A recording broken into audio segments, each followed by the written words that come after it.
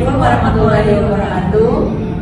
Baik, kita dari kelompok 5 izin untuk mempresentasikan hasil kerja kelompok kami untuk memenuhi tugas untuk ujian akhir semester dengan mata kuliah pemodelan dan proses bisnis dengan judul redesign heuristik, proses dan juga analisis proses bisnis dari BPJS Kesehatan dengan dosen pengampu Ibu Dwi Sartika Simatupang STMTI yang beranggotakan dengan saya sendiri Tifara Muslimah dengan NIM 2022-0101-676.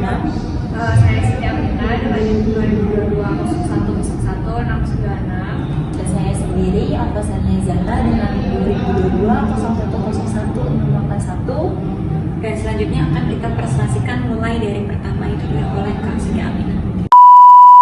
Oke, yang pertama ada desain ulang proses heuristik. Menurut Rumus tahun 2018, desain ulang proses heuristik merupakan pendekatan terstruktur yang menyediakan beragam alternatif memberikan berdasarkan evaluasi yang mendalam. Tujuan utamanya adalah menghindari solusi yang bersifat kreatif namun tidak terarah dengan mengedepankan praktek-praktek yang telah terbukti efektif di berbagai situasi.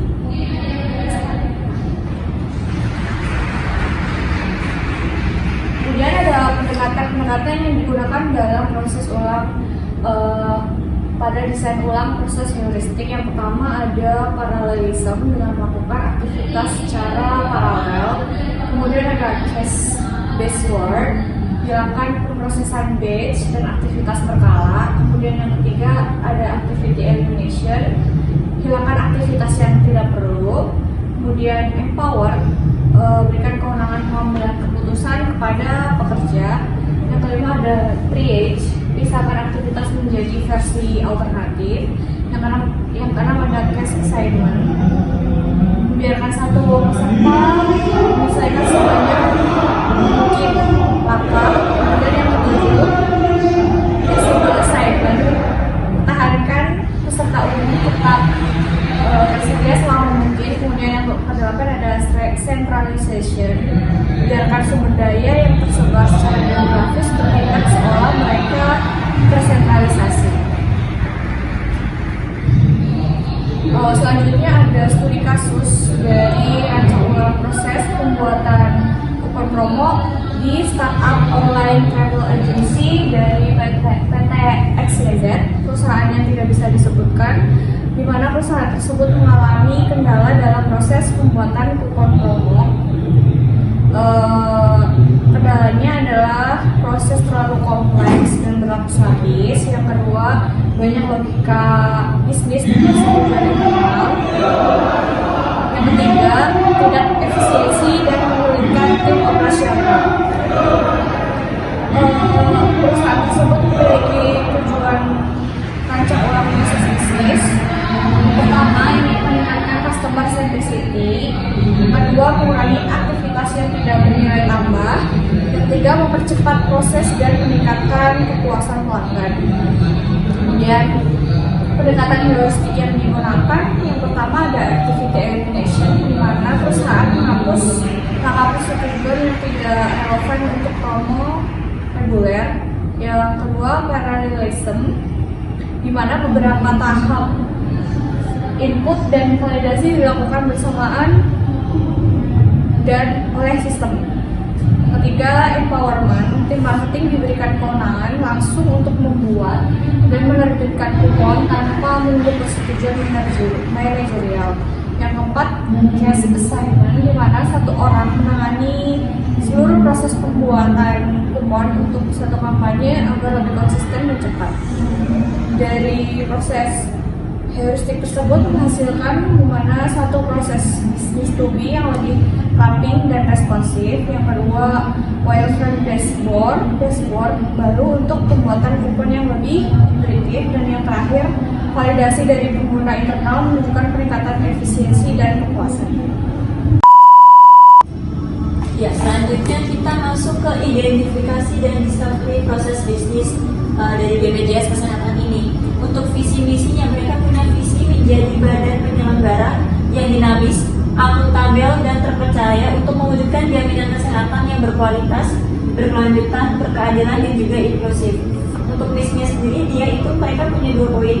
Yang pertama, meningkatkan kualitas layanan kepada peserta melalui layanan terintegrasi berbasis teknologi informasi. Dan selanjutnya, mereka bisa memberikan layanan jaminan kesehatan yang merata dan berkeadilan bagi seluruh rakyat Indonesia.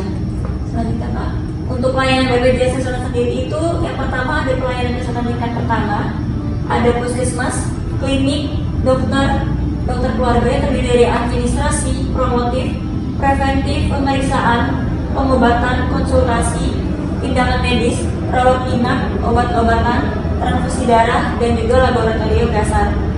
Selanjutnya dari yang kedua itu adalah pelayanan kesehatan rujukan tingkat lanjutan, yang diantaranya adalah rumah sakit, layanan spesialis, tindakan lanjutan, rawat inap lanjutan, operasi, dan juga lain-lainnya. Selanjutnya ada persalinan dan layanan ibu dan anak. Lalu pelayanan gawat darurat, terakhir ada di program promotif, preventif, rehabilitasi, dan juga kuratifnya. Ya, kita masuk ke proses bisnis utama BPJS Kesehatan dari sisi pendaftaran perorangan. Yang pertama itu ada pendaftaran peserta perorangan dari PBBU atau bukan penerimaan upah. Lalu pembayaran iuran, lalu aktivasi kepesertaan, dan pemanfaatan layanan kesehatan dari klaim dan akses layanan di Vaskes. Nah, selanjutnya ini ada proses model bisnis sendiri dari dua sisi, calon peserta yang atas dan juga petugas BPJS.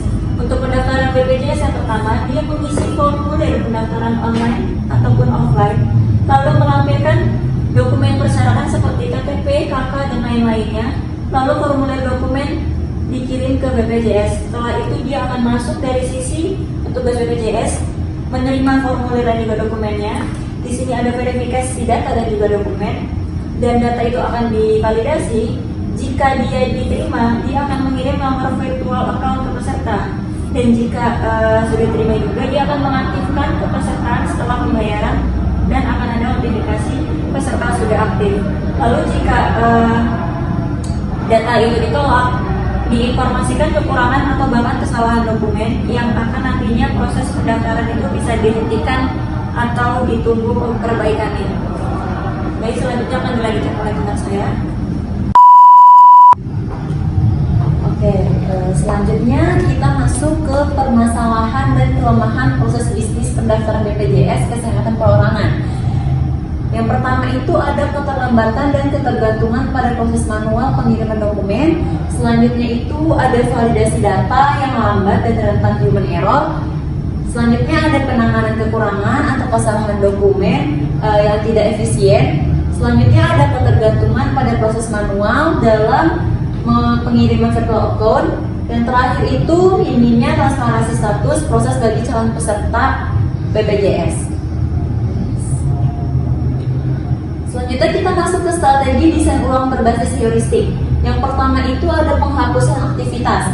Langkah-langkah yang tidak efisien seperti pengumpulan dokumen fisik akan dihilangkan dan digantikan dengan mekanisme unggah dokumen digital.